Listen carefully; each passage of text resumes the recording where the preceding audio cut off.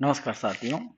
आज हम nursing, paramedical, pharma, जितने भी मेडिकल सेक्टर के स्टूडेंट्स, स्टाफ, वर्कर है, उन सभी के लिए एक ऐसे सिस्टम के बारे में बात करेंगे, ह्यूमन बॉडी सिस्टम के बारे में, यानी कि एनाटॉमी के बारे में बात करेंगे।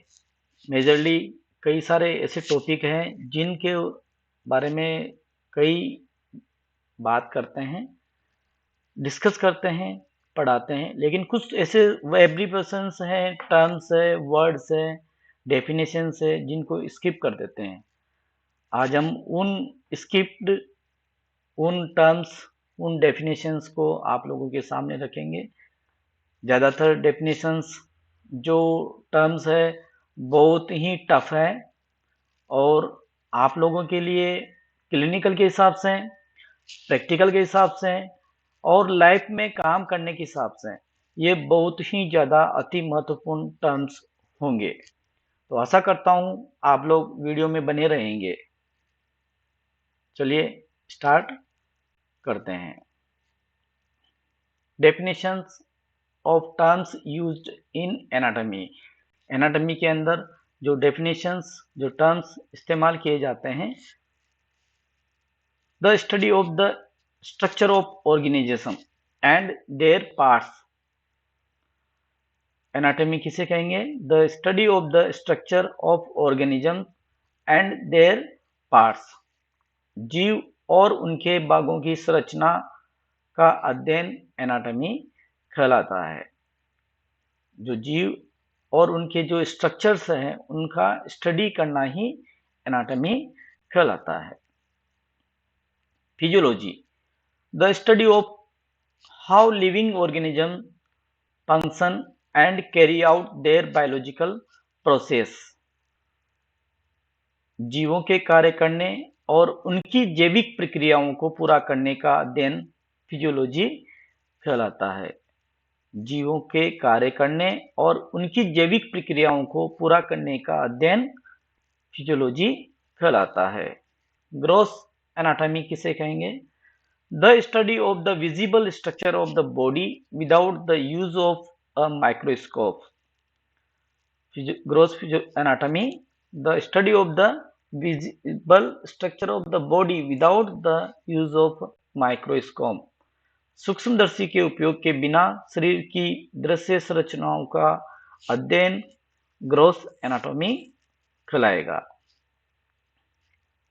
Microscopic anatomy. Definition of microscopic anatomy, the study of structure that can only be seen with the aid of a microscope। The study of structure that can only be seen with the aid of a microscope। संरचनाओं का अध्ययन जिसे केवल microscope की सहायता से देखा जा सकता है उसे माइक्रोस्कोपिक एनाटॉमी कहेंगे। Anatomical position. पोजीशंस के बारे में जानेंगे कि हमारी एनाटॉमिकल पोजीशन कैसे कैसे हम डिफाइन करते हैं। The standard position in which the body is erect, the arms are at the sides and the palms and feet are facing forward. Anatomical जो पोजीशन होती है, the standard position in which the body is erect, the arms are at the sides and the palms and feet are facing forward. स्थिति जिसमें शरीर सीधा होता है, भुजाएं बगल में होती है और हथेलियां और पैर आगे की ओर होते हैं, वो हमारी एनाटॉमिकल पोजीशन होती है। सुपीरियर। सुपीरियर किसे कहेंगे? Refers to a structure being above और higher in position.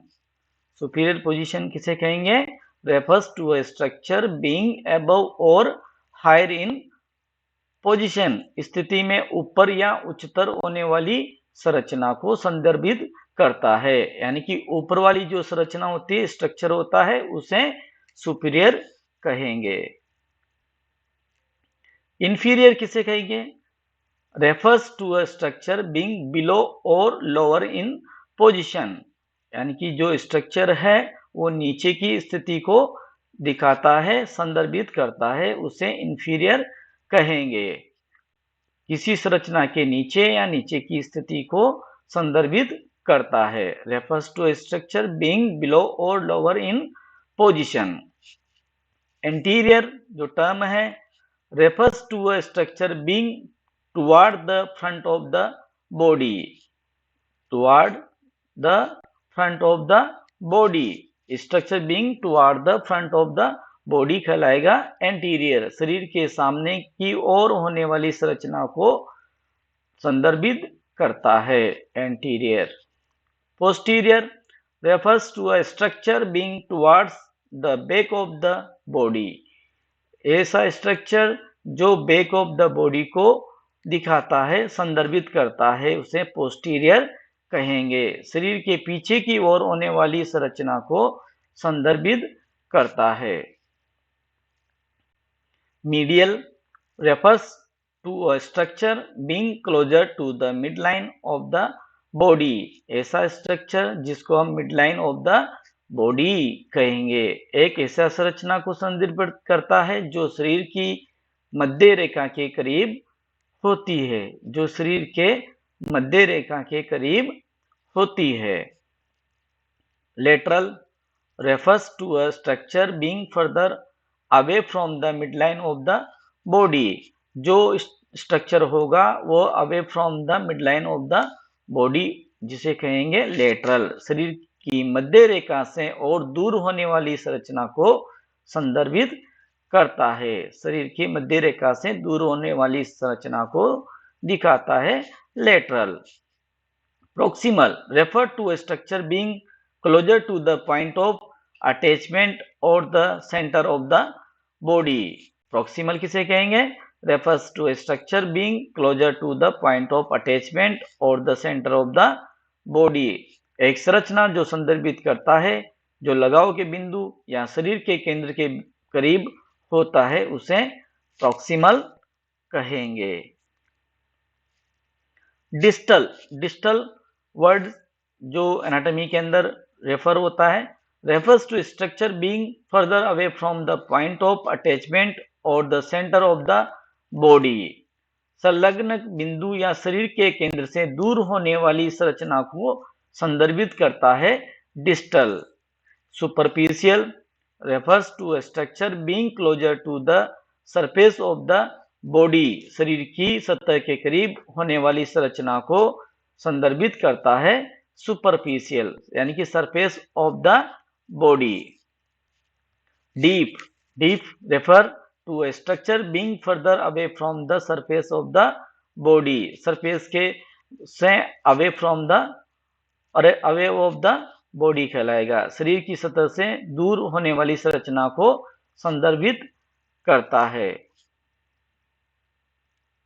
Sagittal plane, sagittal a vertical plane that divides the body into left and right portion, a vertical plane that divides the body into left and right portion, इसे क्या कहेंगे? Sagittal plane. दो भागों में divide करना ही, left और right दो भागों में डिवाइड करना ही क्या कहलाएगा? Sagittal plane. वर्टिकल तल जो शरीर को बाएं और दाएं भागों में डिवाइड करता है वो सजाइटल प्लेन कहलाएगा। Transverse plane, horizontal plane that divides the body into upper and lower portion, यानी कि ऐसा जो भाग जो डिवाइड करता है वो बॉडी का ऊपर और नीचे के पोर्शन को, उसे क्या कहेंगे? Transverse plane. एक हॉरिजॉन्टल तल जो शरीर को ऊपरी और निचले भागों में विभाजित करता है। फ्रंटल या coronal plane, a vertical plane that divides the body into front and back portion, एक ऊर्ध्वाधर तल जो शरीर के आगे की ओर पीछे के भागों में विभाजित करता है।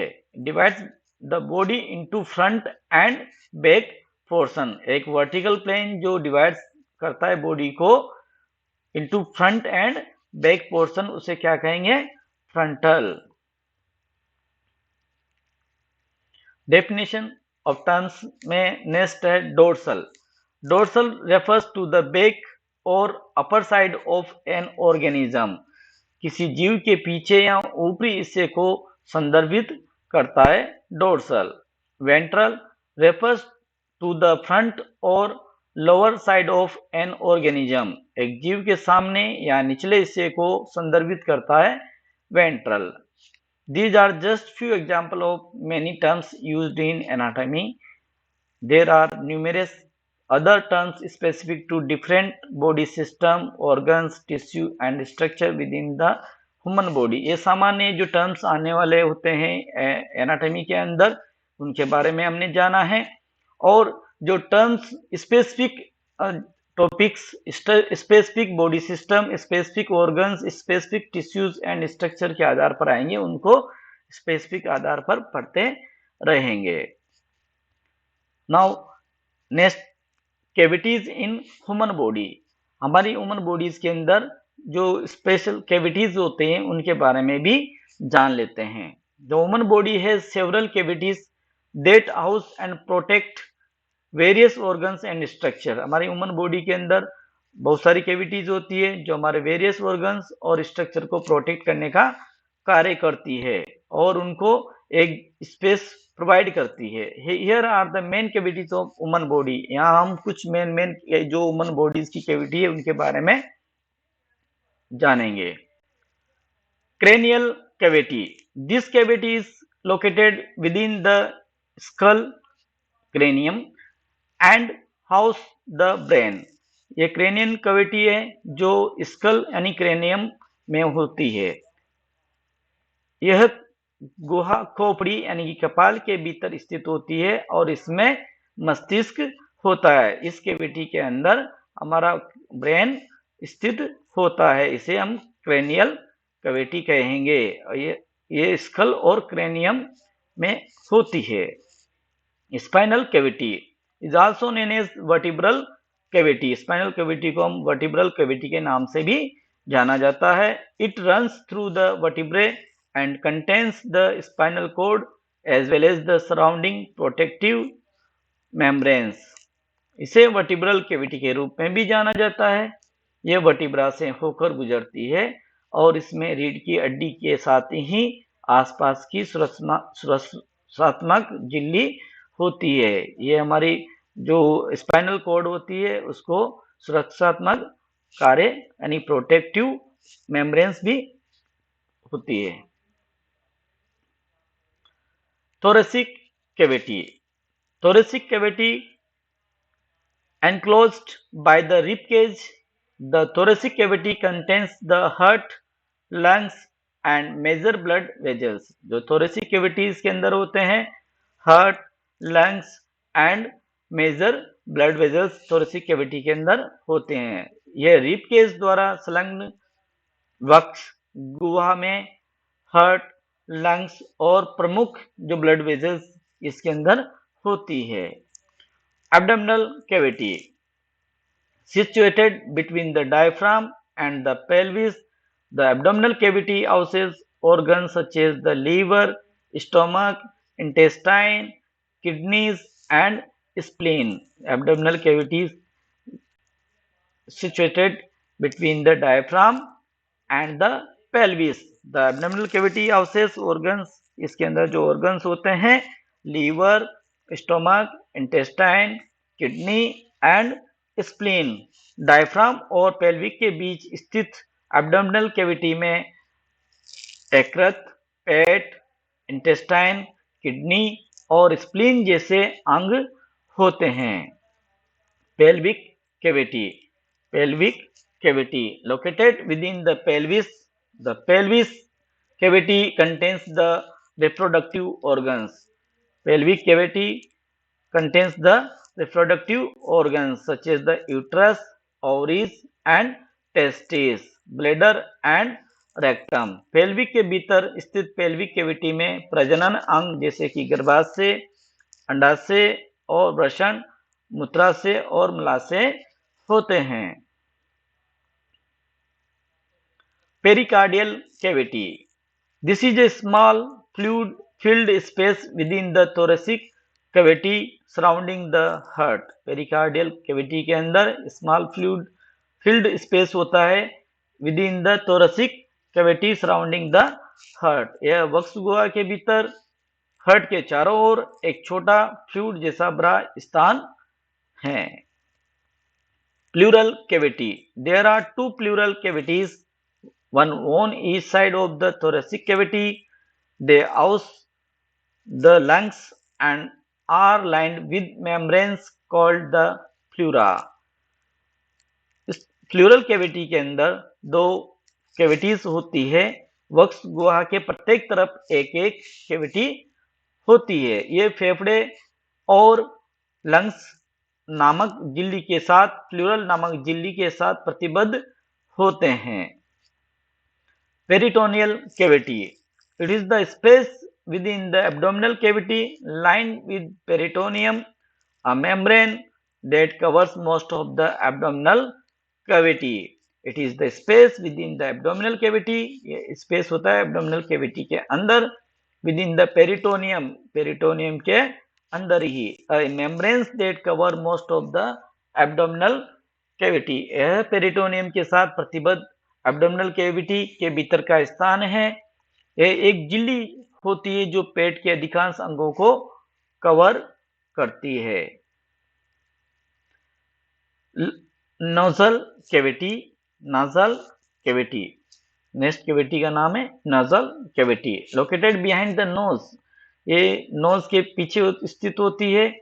The nasal cavity is involved in filtering, warming and moisturising the air we breathe. Nasal cavity, नाक के पीछे स्थित नेजल कैविटी उस हवा को छानने, गर्म करने और नम करने में शामिल होती है जिसे हम सांस लेते हैं। जैसे गर्मियों के अंदर नम करने में और सर्दियों में उसको गर्म करने में शामिल होती है, जो हम ब्रीद करते हैं।